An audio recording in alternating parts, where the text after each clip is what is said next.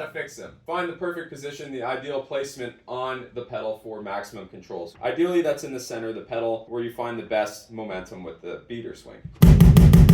Okay, if you go too far forward, it's going to be a lot more challenging. If you go too far back, you're not going to have enough leverage. Number two is we're going to isolate the ankle. Put your foot down on the pedal like this. Lift your heel up like this, right? So that your toes press into the footboard. And you got to remember too that heel has to come up.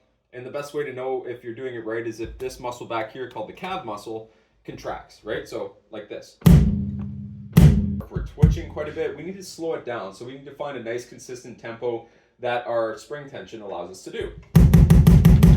Okay, and you'll find that all pedals, depending on the spring tension, it's really going to depend how fast that beater swings naturally, right? Okay, so just drop your questions below if you have anything specific you need to know about the ankle technique. See you later.